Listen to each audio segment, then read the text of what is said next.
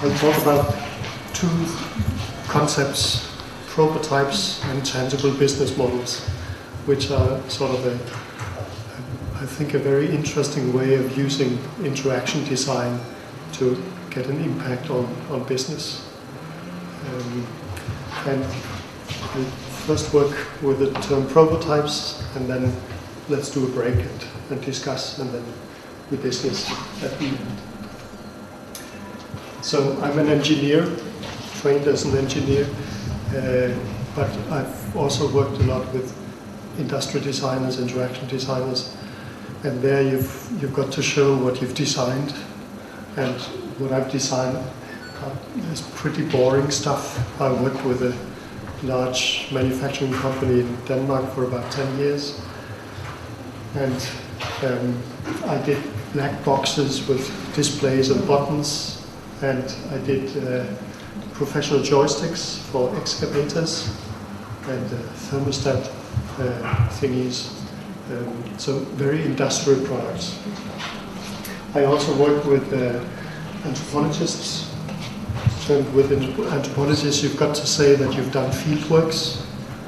So yes, I've done fieldworks in exciting places like Japan. I've studied design offices in Japan during my PhD, and I've also studied things like plants, wastewater treatment plants, heating plants, again sort of rather mundane places, but they do get quite exciting after a while.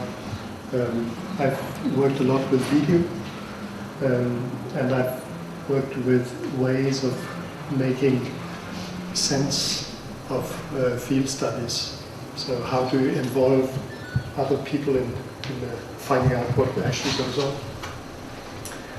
I thought I took a couple of videos from the project where I actually got to know Patricia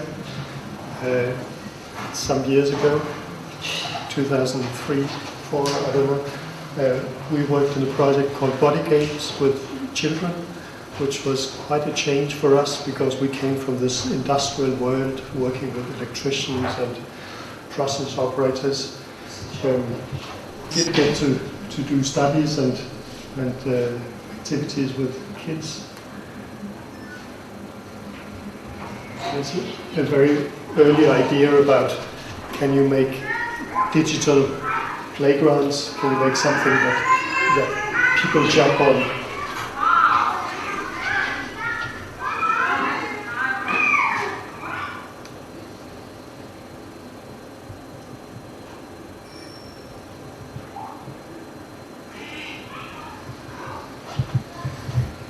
So the idea of tiles that when you step on them, they somehow react. And it's wonderful with kids because sometimes maybe you don't actually need to design much. Maybe the play itself is sufficient. So in collaboration with Democratisation, we made prototypes and thought out various concepts, and we tried them out in schools.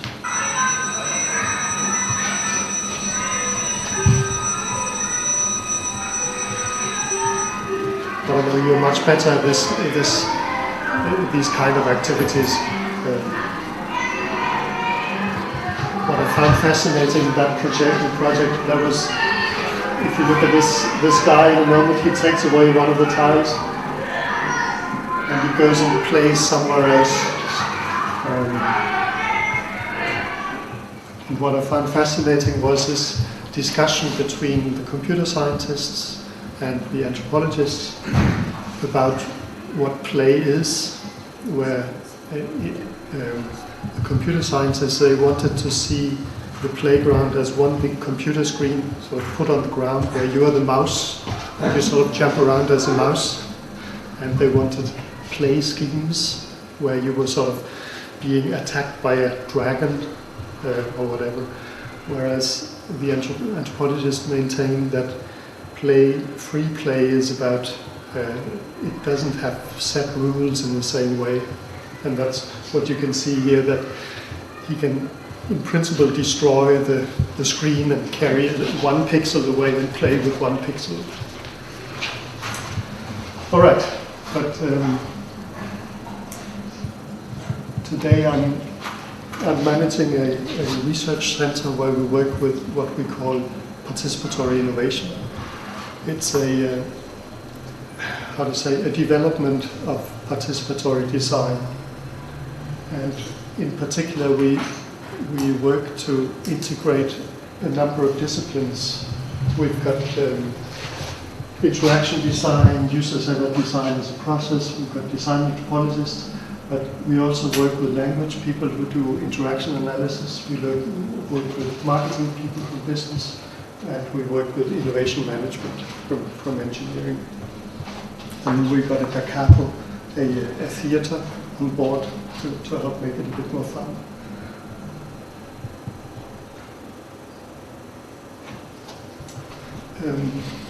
And basically we believe that innovation happens in the social encounter between people. That shouldn't be new to you, I'm sure, but it's still, there are many people who think of innovation as the individual genius who sits down at his desk and creates great new things.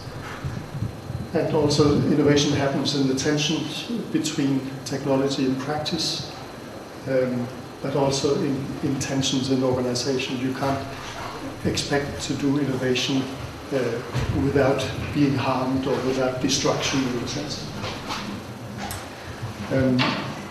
Patricia asked if I could say a bit more about participatory design, and I think the overview first is that we work with 3 different religions, if you like, 3 different ways of thinking about involving users. You could call them design by users, design for users, design with users, and they come from different traditions. So design by users is the lead user approach from Hippel, from the business side. Have you heard about the lead user approach? Some of you have. It's the idea that when we want to invent new stuff, we should look towards the users who are most advanced in the market, who are sort of ahead of everybody else. And then design for users, that's the design anthropology approach, that we should study people out there, and once we understand them, then we can design great stuff for them. And then participatory design, where it's about involving users throughout the process. And this came from an old Scandinavian tradition.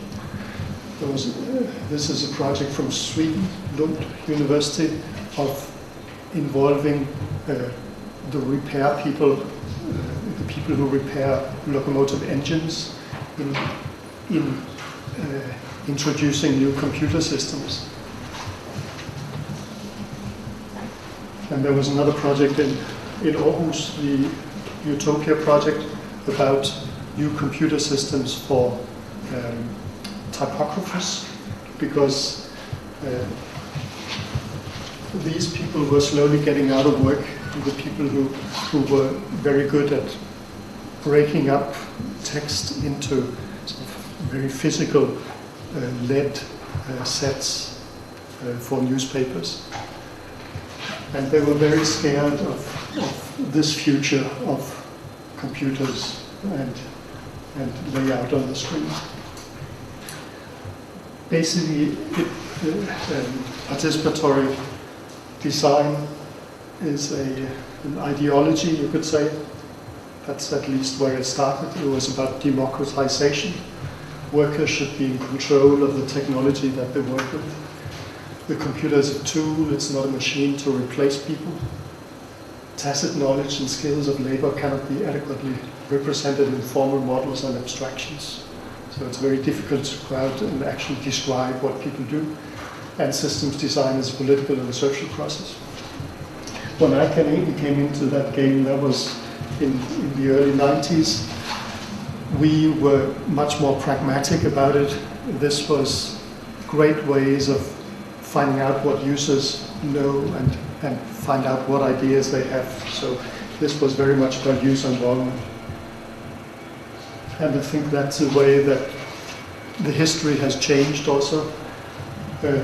In the 1980s, it was a political movement. There was quite a fight between the experimental systems developers who wanted to experiment their way through computer design, and then the formal design groups who wanted to specify. Then it turns into pragmatic method, and nowadays many industries will actually claim that they do participatory design, even if they don't talk about democratization or emancipation. Questions so far? That was the introduction. Now I've got two sections. The first one is, it's about a project on indoor climate, and the other one is on the business. And in this indoor climate project, we've worked a lot with this term provotypes, but I need to introduce the project first until we get to them. Indoor climate is a very difficult thing to control and to even talk about, because it's so different for different people what you think is comfortable. So at some point we established a project together with 5 industry partners. There's Virksomhedernes with skylight windows, and Isovia, that ventilation material. There's a company on natural ventilation which has some discussion with the other company that does mechanical ventilation. Do you know the difference between mechanical ventilation and natural ventilation? Mechanical are these fans that sort of push air through. And when you do mechanical ventilation, it's actually best if all the windows are sealed off, otherwise you can't control it, right? Natural ventilation, there you only work with automatic window openers, and then somehow you balance the entire building so that, whether it's natural or not, I can't say, but so there's an interesting tension already between the partners. And then there's a building advisor. And also an interesting tension between the 2 research partners, because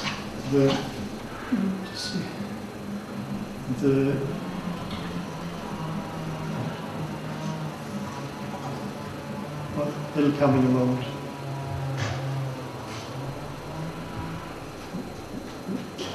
Here we go. The other industry partner, the technical university, they are on a lab, sort of scientific engineering way of thinking about indoor climate. That indoor climate is something you can measure. You can make relationships between different parameters, temperature, heat, temperature, moisture, humidity, or CO2, noise, light, and then how people feel. So they've got a climate chamber like that where they can control all the parameters. Whereas we are more on the ethnography side. We do video studies of people in environments. Here it's a kindergarten. So it was quite an interesting challenge to combine these 2 views of indoor as something about people and as something that you engineering-wise can control.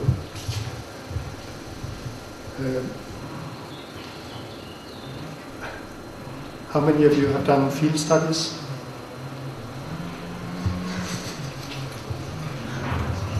Well, but you can imagine you want to go out and find out how people think about indoor climate. And of course you can do questionnaires, you can do interviews, but anthropologists like to observe. We like to watch and see what people actually do. But with indoor climate, it's very difficult because what do people do?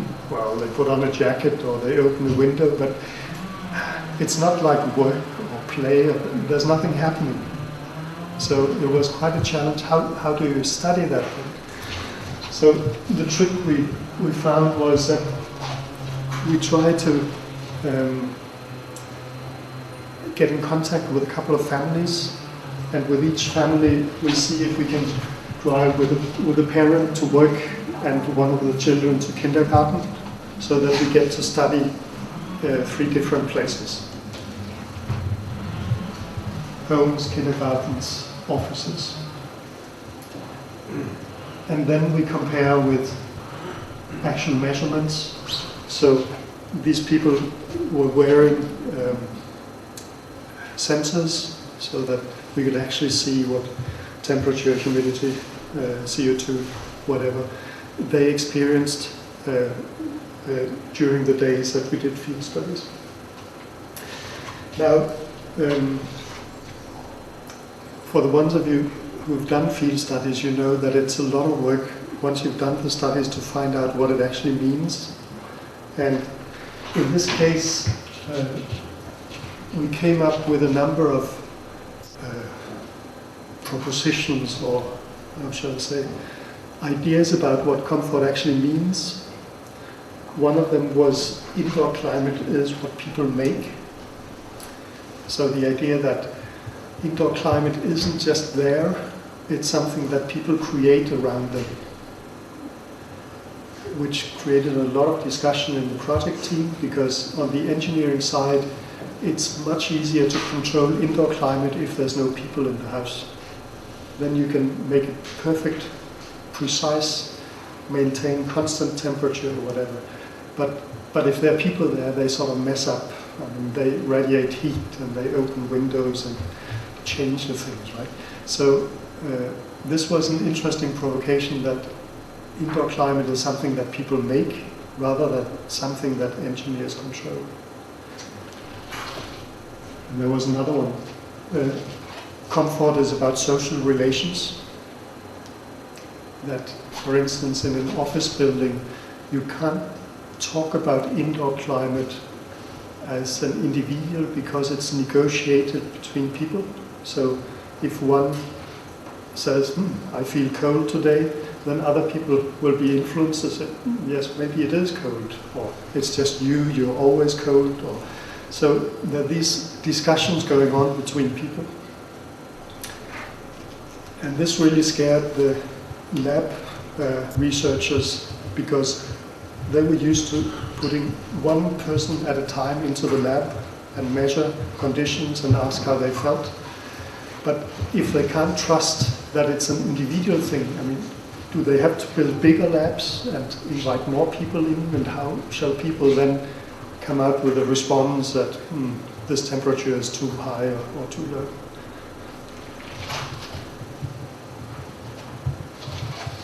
Indoor climate doesn't stop at the window. In particular, the window manufacturer was very happy with this, that how you feel inside, it also depends on the weather outside, right? Even if building people, they talk about the building envelope, that they try to make a sealed envelope so that you don't get these influences from outside which disturb the temperature and whatever. But people aren't like that. It's about sort of the relationship between the inside and the outside. So as a midway result, we produced a couple of 6 small booklets about these provoking statements. And there were 6 of them. And for one thing, it was a bit complex. 6 is a bit much. And for another, it was very difficult for the companies to relate to, because what they wanted out of this project was just a clear answer. How do people feel when you relate it to parameters like temperature and humidity and CO2? Can't we make a formula so that we can design the right indoor climate? And you can see here the company people are and they're not really engaged in the discussion. So we thought we need to find ways of challenging both company people but also users out there to explain more about how they think of indoor climate. So here's a very first little example of a prototype. It's a tree, and a tree somehow relates to CO2. Right? But what is it about CO2? Is it good or bad? I mean, for people it's bad. If the CO2 level is high in here, we're going to get dizzy and dirty and tired. But for trees, it's the opposite, right? So there was a built-in little provocation in this model. This we then expanded to different designs, which weren't products, but they were like small pieces of art or sculptures that could provoke the company people or users out there to discuss indoor climate. So the twist vase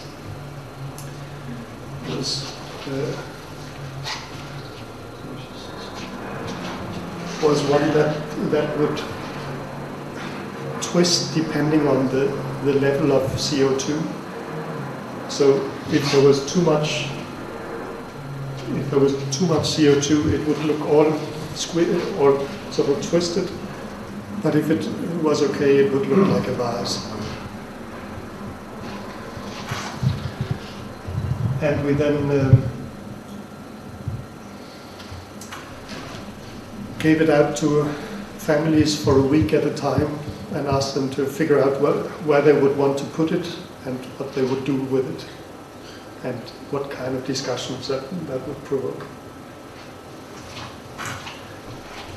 We built other things like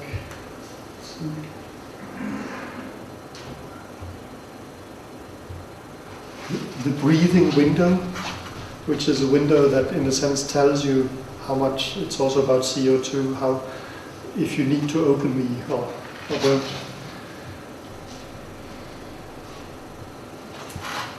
So just like a Mac, it sort of pulses quietly if there's nothing wrong, but if the air needs replacing, then it sort of breathes quite desperately.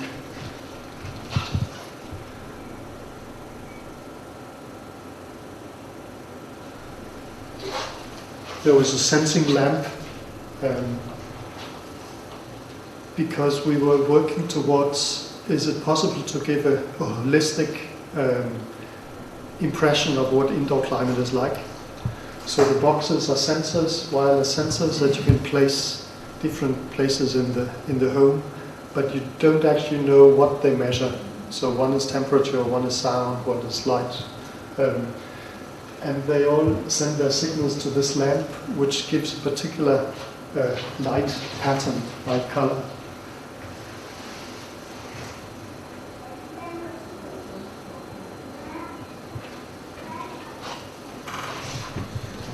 And some of the families were quite happy about experimenting with how could they visualize the indoor climate without thinking about precise temperature figures or humidity figures or whatnot, but as sort of a holistic impression of what is indoor climate.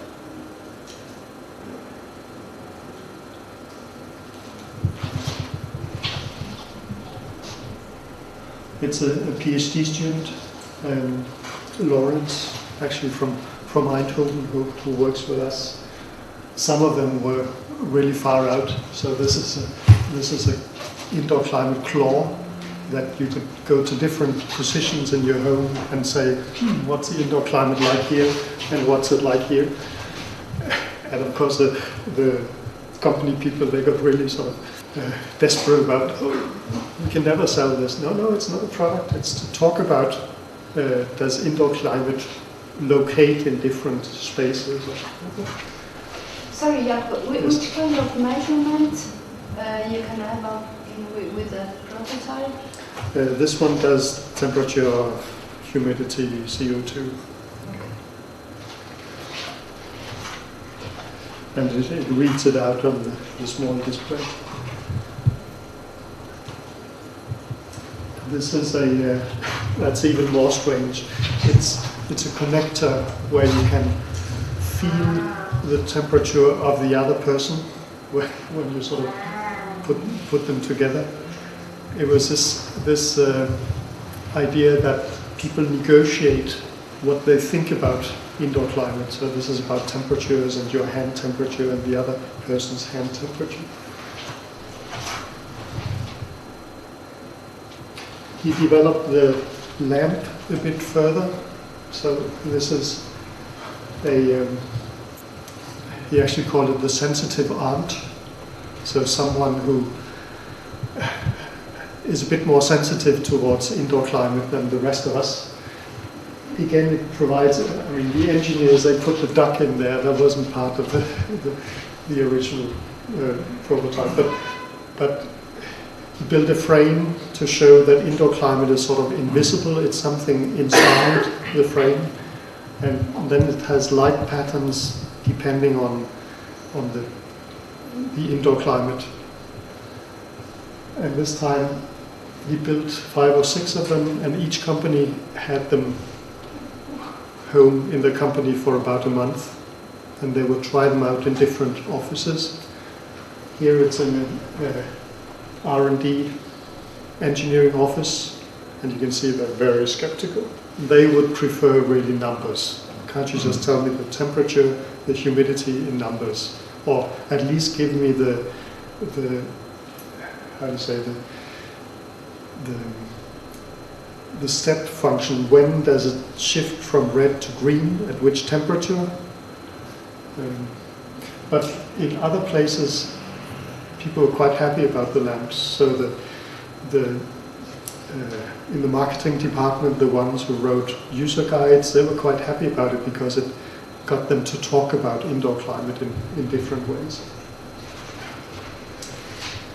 This then moves into actual products, like, is it possible to make something that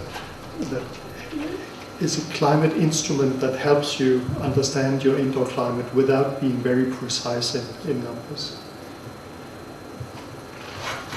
And I think that was my first section about prototypes, this idea to build something that provokes people to think. Yes.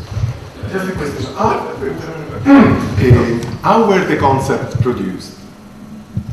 I mean, do you have a methodology for the concept design phase, or were free produced by the students on their own? I'm afraid it's still a process of art. Oh, okay. But quite, how to say, systematic in that we have these provocations. So we know that it's about what people make, or it's about the social relations. But coming up with the concepts based on this is a bit tricky. And he's a very clever guy, what can I say? Okay.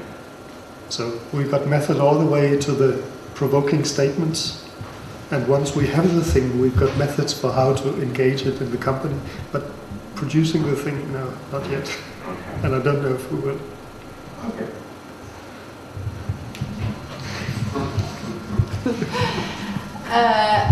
I found your provocation very interesting now, because if you are looking for something new with respect to how to measure the indoor climate, is good that you try also to open a bit the problem, no, if you want.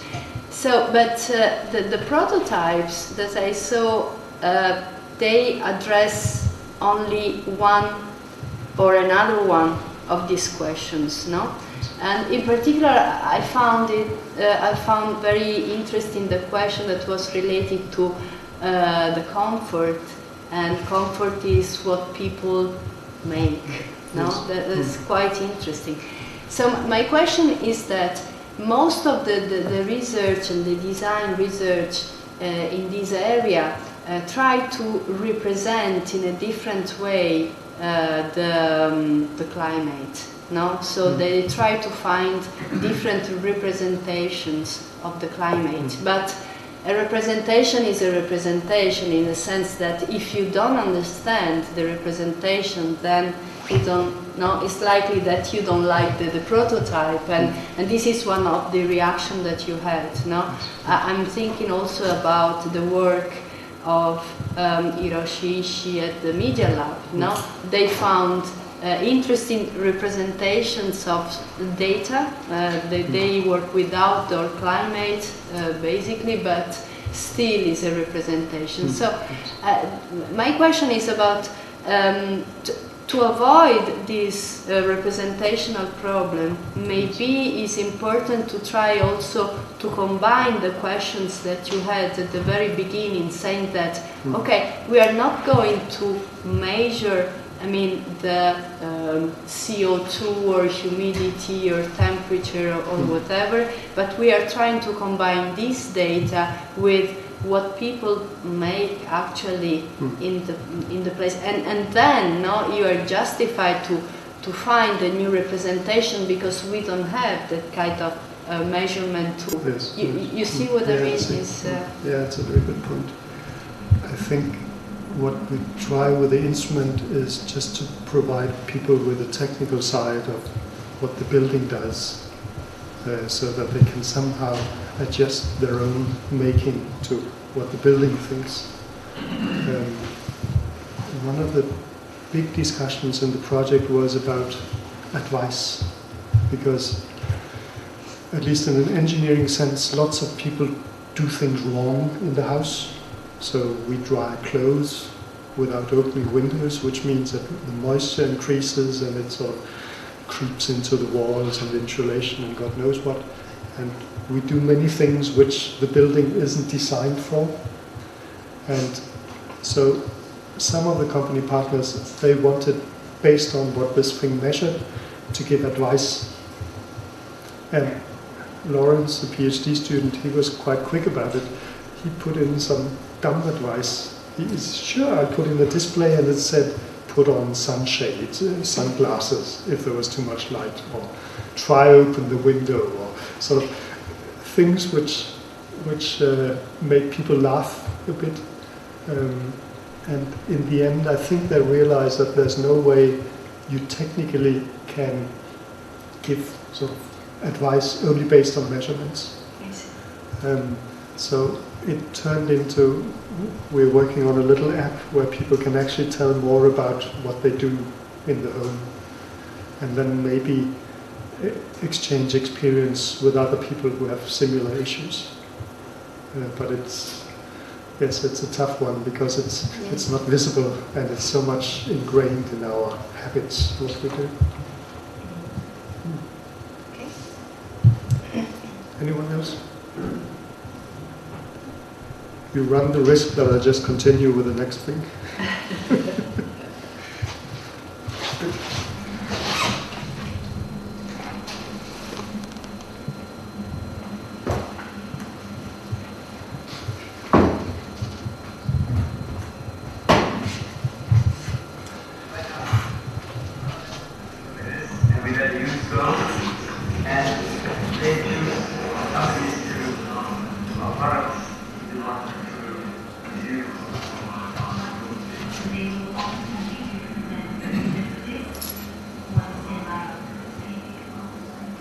This is something I work with right now, not that one, but comparing that one to something which is a bit newer. This was 3-4 years ago. When we established this center, we got interested in the business side. So not just designing bright products, but how do you design the business in a sense. And so we set the students a task. Within 2 weeks, can you design a business model for a company? And this group, they worked with a hearing aid company. And here they managed to explain how a hearing aid company sells products. So the marbles, they are hearing impaired people who should possibly have a hearing aid. but you can't just go into a shop and buy one. You got to go through what the company calls dispensers. We will talk about them as audiology clinics. So you go into a clinic, get your hearing tested, and they will then recommend you a particular hearing aid. So depending on who owns the audiology clinics, they might direct you towards the company we work with or to some of the competing products.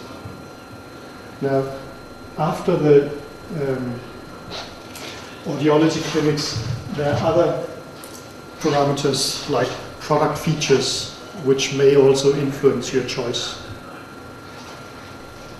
So they made this contraption where you can actually play around with, okay, what happens if Oticon, the company we work with, if they buy all the audiology clinics, well, you can be sure that the other ones, they will certainly flip to the other side because they're probably owned by competition.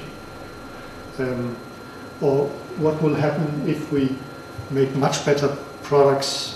Well, it won't actually help a lot because the audiology clinics, they've already sent some of them your way and some of them towards competitors. So what the little experiment here, you can see the participants, they try to see, is it possible to make something out in the market before people enter the doors of the audiology clinics? So can you make a supermarket something which attracts people's attention towards their hearing and maybe towards your company?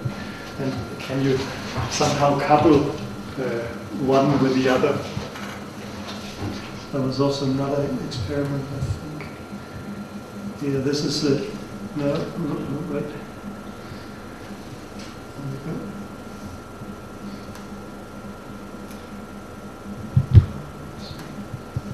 That's the financial crisis market.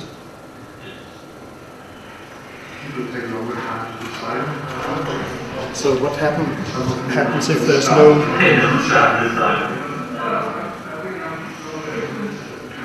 Simply to discuss what happens to purchase when there's a slow market going. So what was interesting about this was that it was designers trying to use their skills of building mock-ups to be able to discuss business, and made it for the ones of us who have no business training much easier to talk about sales and customers and value propositions and whatnot. So with this in mind, we went into a couple of projects and tried to work the design stuff within business